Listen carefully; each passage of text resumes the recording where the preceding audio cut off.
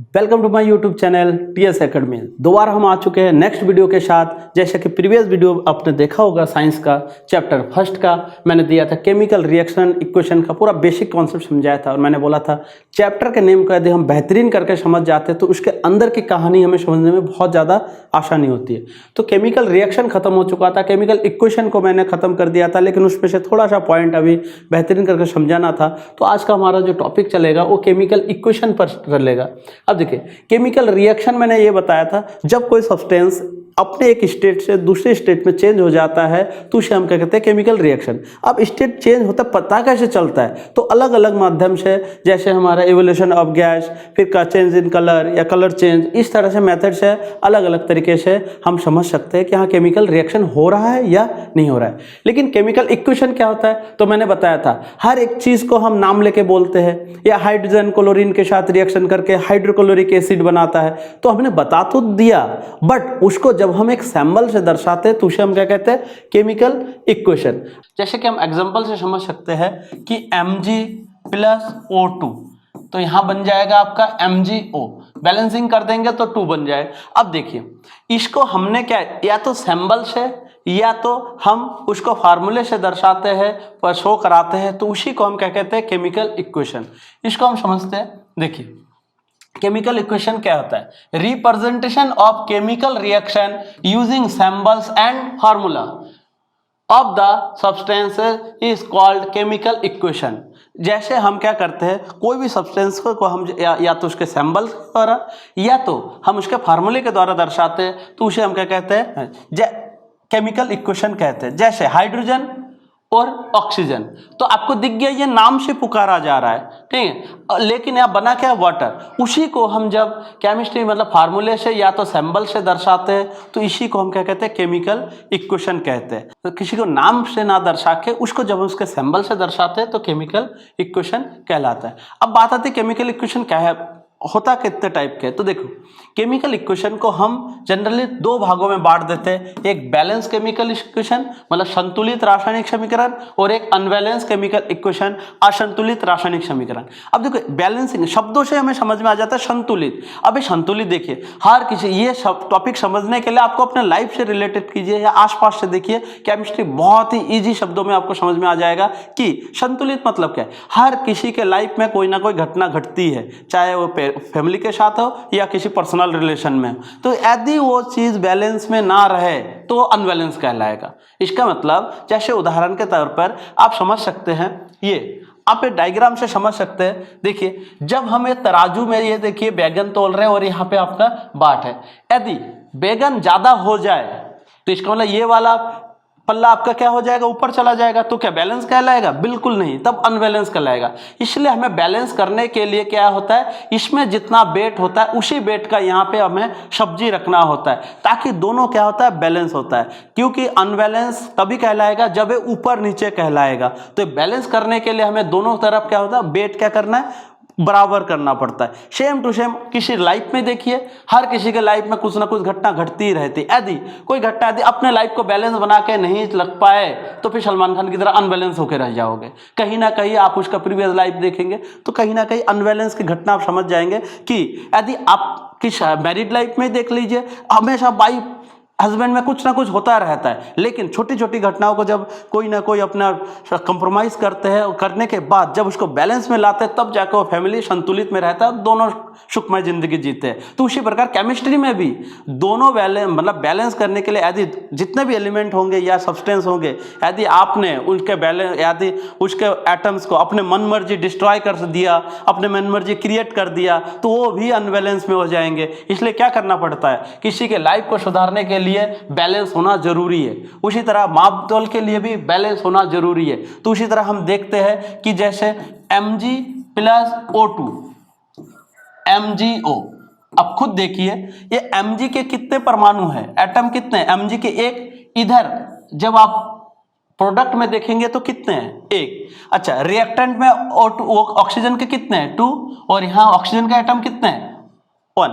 तो यहां देखिए 2 एटम है, और यहां पे देखिए ऑक्सीजन के एक एटम है, तो क्या बैलेंस है? ये बैलेंस नहीं है, ये अनबैलेंस है। तो जब ये अनबैलेंस होता है तो इसे हमें बैलेंस करने की जरूरत पड़ती है। अब जब इसे बैलेंस करने की जरूरत पड़ती है तो हम उसे बैलेंस करने के तरीके क्या क्या होते हैं, आखिर उसके टाइप्स तो होंगे कि हाँ किस किस तरीके से हम बैलेंस कर सकते हैं। हाँ, रियल लाइफ में जब बैलेंस करें, अचानक क्या होता है, बीवी गुस्सा हो गई, अचानक मोमो ला के दो, कहीं ना कहीं बैलेंस हो जाएगा। ऐसे रियल लाइफ में जिस तरह से घटना घटती है उसी तरह हमारे इस केमिकल रिएक्शन में भी कुछ कुछ घटना घटती है। अब उसको कौन से मेथड्स के द्वारा हम कर सकते हैं?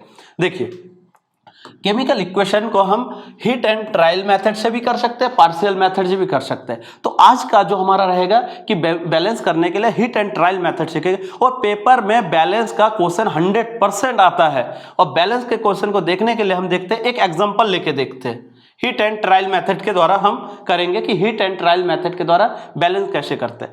तो सबसे पहला काम आपका क्या होगा? सबसे पहले तो देखिए, एक एग्जांपल है, आयरन प्लस वाटर, मतलब Fe प्लस वाटर बनेगा आयरन ऑक्साइड और हाइड्रोजन गैस। अब इसको हमें बैलेंस करना है क्योंकि ये अनबैलेंस है, और आपके पेपर में भी अनबैलेंस दिया रहेगा और बैलेंस करना है। लेकिन ये जो मेथड है, ये मेथड तो मैं सिखाऊंगा, लेकिन पेपर में इतना लॉन्ग करने की जरूरत नहीं है। मैं जितने भी रिएक्शन कराऊंगा इसके बाद वो शॉर्ट मेथड से करा दूंगा, उसी मेथड से आप करना। हाँ, हमें एक मेथड सीखना है, इसलिए जरूरी है कि इस मेथड को सीखे, बट पेपर के लिए जब मैं तैयारी करवाऊंगा तो शॉर्ट में इक्वेशन करा दूंगा। देखिए, सबसे पहला काम आपका क्या होगा, हर एक स्टेप फर्स्ट में आप क्या करेंगे, हर एक एलिमेंट को लेंगे और उस एलिमेंट को बॉक्स में क्लोज कर देंगे। हर एक एलिमेंट को या प्रोडक्ट को लेंगे, मतलब सब्सटेंस को लेंगे, उसको क्लोज कर देंगे। तो सबसे पहला स्टेप आपका यही है कि हर एक उसको लेके, सब्सटेंस या एलिमेंट को लेके उसको क्या कर देना है, बॉक्स के अंदर बंद कर देना। अब सेकंड स्टेप आपका क्या है? फर्स्ट स्टेप आपने क्या किया, अनबैलेंस इक्वेशन को लिया, बॉक्स में क्लोज कर दिया। सेकंड आपका स्टेप क्या हो जाएगा, आप एक बॉक्स इस तरीके के बनाएंगे। आपको पता है, पहले फर्स्ट वीडियो में आप देख सकते हैं कि पहला वीडियो आप जाके देख सकते हैं, मैंने वहां पे रिएक्टेंट एंड प्रोडक्ट को समझाया था। तो रिएक्टेंट क्या होता है, जो रिएक्शन में भाग लेते हैं। तो देखिए, भाग किसने लिया, आयरन ने लिया और वाटर ने लिया, तो इसको हम कहेंगे रिएक्टेंट। और जो प्रोडक्ट तैयार होता है, मतलब आउटपुट देता है, उसे हम क्या कहते हैं, प्रोडक्ट। अब देखिए, रिएक्टेंट ये हो गया हमारा और प्रोडक्ट हमारा ये हो गया। तो आप एक बॉक्स बनाएंगे। सबसे पहले तो एलिमेंट देखेंगे कि एलिमेंट आखिर हमारा इस केमिकल रिएक्शन में या केमिकल रिएक्शन में है क्या, इक्वेशन में क्या है। तो सबसे पहले आयरन है, फिर जाके हाइड्रोजन है, ऑक्सीजन है। इन लोगों ने क्या किया, हमारा एलिमेंट में ये एलिमेंट हमारा है केमिकल रिएक्शन में। अब देखिए, रिएक्टेंट में देखते हैं number of atom in reactant, इसका मतलब अभिकारक जो बाएं पक्ष में दिखाई दे रहा है आपका, जिसने भाग लिया है केमिकल रिएक्शन में, इसमें आयरन कितने हैं। तो आपको पता है कि आयरन इसमें कितने हैं, आयरन यहाँ पे कितना दिखाई दे रहा है आपके, 1। यहाँ पे हाइड्रोजन कितने हैं, ये देखो हाइड्रोजन कितने हैं, 2।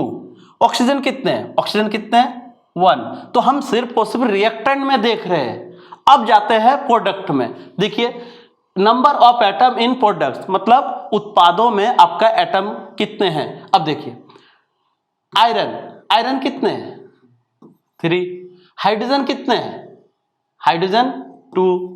ऑक्सीजन कितने हैं, ऑक्सीजन देखो 4। तो ध्यान देना, जब मैं रिएक्टेंट कर रहा था तो सिर्फ यहां देख रहा था, जब मैं प्रोडक्ट का कर रहा था तब सिर्फ उस साइड से किया है। इसका मतलब हमने ये कर रहे।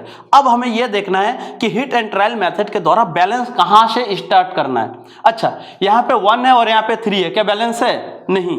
यहाँ पे 2 है, यहाँ पे 2 है, क्या बैलेंस है, हाँ, यहाँ पे बैलेंस दिखाई दे रहा है कि रिएक्टेंट में जितने भी एटम है और प्रोडक्ट में जितने भी एटम है इक्वल है। बट यहाँ पे 1 है और यहाँ पे 4 है, क्या इक्वल है, बिल्कुल नहीं। इसका मतलब कॉन्सेप्ट आपका क्लियर हो रहा होगा कि जहां पे एटम और प्रोडक्ट, मतलब एटम की नंबर ऑफ एटम, मतलब रिएक्टेंट में और प्रोडक्ट में नंबर ऑफ एटम बराबर नहीं होते हैं, इक्वल नहीं होते, वो अनबैलेंस कहलाता है। तो ये आपको देख के पता चल गया अनबैलेंस है, यहाँ पे भी अनबैलेंस। अब बात आती है कि Fe को पहले स्टार्ट करें बैलेंसिंग करना या ओ को पहले स्टार्ट करें। तो आप याद रखेगा हमेशा जिसमें डिस्टेंस सबसे ज्यादा होगा उसको आप पहले वो करना। यहां देखो 4 है, यहां पे 1 है, यहां पे 3 है, यहां पे 1 है, तो यहां पे जाके डिस्टेंस बहुत ज्यादा है। तो जिस एटम की डिस्टेंस ज्यादा होगा उस एटम को पहले बैलेंस करना आप शुरू कीजिएगा। तो इससे आपको पता चल गया होगा कि ऑक्सीजन को हम क्या करेंगे, बैलेंस करेंगे। तो ऑक्सीजन को बैलेंस करने के लिए देखिए यहाँ पे 4 है, तो यदि मैं रिएक्टेंट को 4 से मल्टीप्लाई कर दूं तो क्या बैलेंस नहीं हो गया? बिल्कुल हो गया। या 1 को जब मैंने 4 से मल्टीप्लाई कर दिया तो इसका मतलब किस में मल्टीप्लाई किया? ऑक्सीजन में मल्टीप्लाई किया। किस में? रिएक्टेंट में। ध्यान दीजिएगा, रिएक्टेंट में। तो नेक्स्ट स्टेप आपका क्या हो जाएगा? नेक्स्ट स्टेप आपका क्या हो जाएगा? वो एटम को आप क्या करोगे? बैलेंस करोगे। वो एटम को आप क्या करोगे? बैलेंस करोगे। अच्छा, तो वो एटम को बैलेंस करोगे तो किधर बैलेंस कर रहा था मैं? ध्यान देना, मैं ऑक्सीजन में बैलेंस कर रहा था बट रिएक्टेंट में। तो यहां पे ऑक्सीजन में बैलेंस करो, वो भी रिएक्टेंट में। तो ऑक्सीजन यहां पे, तो यहां पे आप 4 को यहां मल्टीप्लाई कर दो। देखिए मैंने यहां बॉक्स में समझाया था 4 को मल्टीप्लाई कर दो, तो इसी को आप यहां पे 4 को मल्टीप्लाई कर दो। अच्छा, जब कभी भी आप बैलेंस करोगे ना किसी इक्वेशन को, याद रखना हमेशा यहां लेफ्ट हैंड साइड कोफिशिएंट के रूप में आप वहां गुना करोगे। ये नहीं कि ऑक्सीजन को बराबर करना है तो यहां वो 4 लगा दे बराबर हो जाएगा, नहीं, ऐसे इक्वल नहीं होता है। हमेशा बैलेंसिंग के लिए लेफ्ट, यदि मैं Fe को बैलेंस करना चाहता तो मैं यहां पे मल्टीप्लाई करता, यदि मैं यहां पे H को बैलेंस करना चाहता तो मैं यहां मल्टीप्लाई करता। हमेशा ठीक उसके बाय साइड में कोफिशिएंट के रूप में उसको गुना करोगे। अब देखिए यहां पे आपका बैलेंस हो गया। अब जब आपका थर्ड स्टेप आपको और को आपने बैलेंस कर दिया तो अब देखिए फिर हमारा इक्वेशन कैसा बना? Fe बन गया plus 4H2O plus Fe3O4 plus H2O। इसका मतलब मैंने यहां 4 से बैलेंस किया। नेक्स्ट आपका इसी इक्वेशन के जरिए आप क्या करेंगे? एक बॉक्स अगेन बनाएंगे, और बॉक्स वही सेम टू सेम वही है, number of atom in reactant, number of atom in product. ठीक, अब देखिए एलिमेंट आपका वही है, Fe, हाइड्रोजन और ऑक्सीजन, तो आयरन, हाइड्रोजन और ऑक्सीजन। अब देखिए रिएक्टेंट में आयरन कितने हैं? तो रिएक्टेंट में देखिए आयरन कितने? 1। हाइड्रोजन कितने हैं? देखिए ये 2 4 जा 8, इसका मतलब हाइड्रोजन कितने हो गए? 8 हो गए। अच्छा, ऑक्सीजन कितने हैं? ऑक्सीजन कितने हो गए? 4। तो ऑक्सीजन कितने हो गए? 4। सेम टू सेम आप प्रोडक्ट में आ जाइए। प्रोडक्ट में आयरन कितने हैं? देखिए 3। अच्छा, हाइड्रोजन कितने हैं? हाइड्रोजन 2। अच्छा, ऑक्सीजन कितने हैं? ऑक्सीजन 4। तो अब देखिए हमने तो ये तो बैलेंस कर दिया, 4 4 बैलेंस हो गया। बट आप देखिए अभी थोड़ी देर पहले मैंने जब यहां समझाया था, या देखो 2 2 बैलेंस था, लेकिन किसी और के बैलेंस करने के चक्कर में इसकी लाइफ अनबैलेंस हो गया। देखिए किसकी कैसे, अब बेचारा यहां अनबैलेंस हो गया, इसका मतलब हमें इसको भी अब बैलेंस में लाना है। ठीक है, उम्र ही ऐसी है, बैलेंस में लाना ही पड़ेगा। अब देखिए क्या होगा, हाइड्रोजन का देखते हैं। यहाँ पे 8 है, यहाँ पे 2 है, डिस्टेंस बहुत ज्यादा है। यहाँ पे 1 है, यहाँ पे 3 है, यहाँ पे डिस्टेंस कम है। तो मैंने बोला था जिसका डिस्टेंस एटम की संख्या में जितना डिस्टेंस ज्यादा होगा उसी को पहले बैलेंस करना चालू कीजिए। अब देखिए 8, इसका मतलब हाइड्रोजन का पहले हमें चालू करना पड़ेगा। तो हाइड्रोजन का आप चालू करते हैं। तो देखिए अगला जो है मतलब हमारा जो वो रहेगा,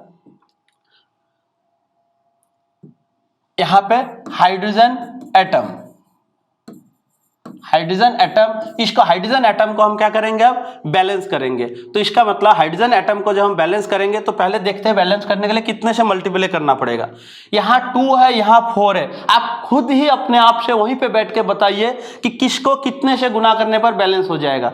यहाँ 8 है, यहाँ 2 है, तो यहाँ यदि मैं 4 से मल्टीप्लाई कर दूं तो क्या 8 नहीं हो जाएगा? इसका मतलब यहाँ 8 है, तो यदि मैं 4 से मल्टीप्लाई करूं तो 4 2 जा 8, तो यहाँ पे बैलेंस हो गया। अब देखिए किसको गुना किया मैंने प्रोडक्ट्स में गुना किया, मल्टीप्लाई किया, लेकिन किसको? हाइड्रोजन को। प्रोडक्ट्स में हाइड्रोजन को मल्टीप्लाई किया, तो यहाँ पे देखिए प्रोडक्ट में किसको मल्टीप्लाई किया? प्रोडक्ट्स में हाइड्रोजन को मल्टीप्लाई। तो यहाँ देखो प्रोडक्ट में देखो हाइड्रोजन से ये क्या कर दिया? मल्टीप्लाई कर दिया, किस? 4 से। जब हमने इसको मल्टीप्लाई कर दिया 4 से तो हमारा प्रोडक्ट क्या बना? फिर दोबारा ये इक्वेशन को हम एक बॉक्स के द्वारा समझते हैं। देखिए आयरन कितना बना? 1। हाइड्रोजन कितना बना? 8। हाइड्रोजन कितना बना? 8। ऑक्सीजन कितना बना? 4। ये तो ऑलरेडी पहले ही हो चुका था। यहां पे देखिए आयरन कितना बना? 3। ऑक्सीजन कितना बना? 4। हाइड्रोजन कितना बन गया? सॉरी हाइड्रोजन कितना बना, यहां देखिए हाइड्रोजन है, हाइड्रोजन कितना बना 8 और ऑक्सीजन कितना बना 4। देखिए ऑक्सीजन भी अब बैलेंस है, हाइड्रोजन भी है बैलेंस है, अब एक ही खाली अनबैलेंस रह गया, वो अनबैलेंस कौन सा है, आयरन का। तो आपको स्टेप मेरे ख्याल से समझ में आ रहा होगा। अब सेम टू सेम यही स्टेप हम करते रहेंगे जब तक कि सारा का सारा बैलेंस ना आ जाए। इसका मतलब नेक्स्ट स्टेप आप खुद डिसाइड कीजिए कि क्या होने वाला है। तो नेक्स्ट स्टेप क्या होने वाला है, हमें आयरन को बैलेंस करना पड़ेगा। तो स्टेप 4 हो गया आपका। तो स्टेप 5 में आप आ जाइए। स्टेप 5 में जैसे आप आएंगे तो देखिए आयरन को हम अब क्या करेंगे, बैलेंस करेंगे। अब देखिए आयरन को बैलेंस करने के लिए अब खुद ही देखिए यहाँ पे 3 है, यहाँ पे 1 है, तो किसको किससे मल्टीप्लाई करें। तो जाहिर सी बात है मैं यदि इसको 3 से मल्टीप्लाई करूं तो आपका बैलेंस हो जाएगा। तो मैंने रिएक्टेंट में मल्टीप्लाई किया आयरन में, मतलब रिएक्टेंट में मल्टीप्लाई किया वो भी आयरन को। तो आयरन में कितने, रिएक्टेंट में कितने से मल्टीप्लाई, आयरन में 3 से, वो भी रिएक्टेंट में। तो देखिए ये हमारा रिएक्टेंट है और आयरन में हमने 3 से क्या कर दिया, मल्टीप्लाई कर दिया। और जैसे 3 से मल्टीप्लाई कर दिया फिर आप वही एक बॉक्स बनाइए। फिर देखिए आयरन कितना हो गया 3, अच्छा हाइड्रोजन कितना हो गया 8, हाइड्रोजन कितना हो गया 8, फिर जाके ऑक्सीजन कितना हो गया 4, ऑक्सीजन कितना हो गया 4।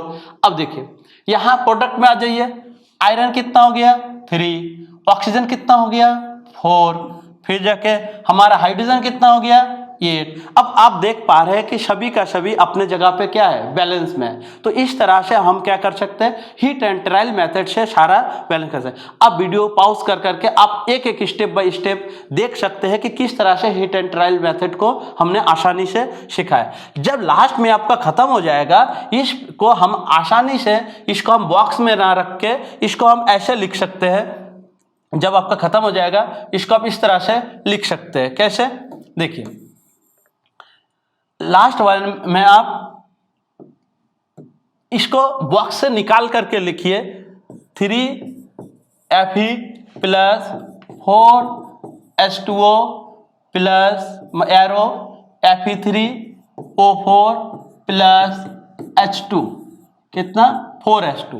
इससे आप आराम से, ये आपका मेन आपको इसको बैलेंसिंग दिखाना था, तो इसको आप आराम से इस तरह से निकाल सकते हैं कि हाँ हीट एंड ट्रायल मेथड के द्वारा आपने क्या कर दिया, बैलेंस। इस पे देखिए आयरन 3, ये देखिए आयरन 3, हाइड्रोजन 8, ये देखिए हाइड्रोजन 8, ऑक्सीजन 4, ऑक्सीजन 4। तो इसका मतलब रिएक्टेंट एंड प्रोडक्ट में जब हम एटम, नंबर ऑफ एटम के नंबर जब इक्वल कर देते हैं तो उसे हम बैलेंस इक्वेशन कहते हैं। चाहे आप किसी पर्सनल लाइफ को लेकर समझिए, आप चाहे इस तरह केमिस्ट्री के जरा समझिए, हर किसी को बैलेंस में रहने की जरूरत है। अच्छा, अब लेकिन जब मैं इसके बाद रिएक्शन कराऊंगा तो इतना लॉन्ग मेथड से इस तरह नहीं कराऊंगा, डायरेक्ट बहुत ही शॉर्ट मेथड से मैं डायरेक्ट रिएक्टेंट एंड प्रोडक्ट के जरिए ही मैं इसको इक्वेशन करना, मतलब बैलेंसिंग करना सिखा दूंगा। और पेपर में भी आप उसी मेथड से करेंगे, डायरेक्ट करेंगे, क्योंकि पेपर में हीट एंड ट्रायल मेथड अलग से बहुत कम आता है। तो आप दोनों विधि सीख सकते हैं, हीट एंड ट्रायल मेथड भी सीख सकते हैं या शॉर्टकट मेथड भी सीख सकते हैं। तो नेक्स्ट आपको मैं इसी का क्वेश्चन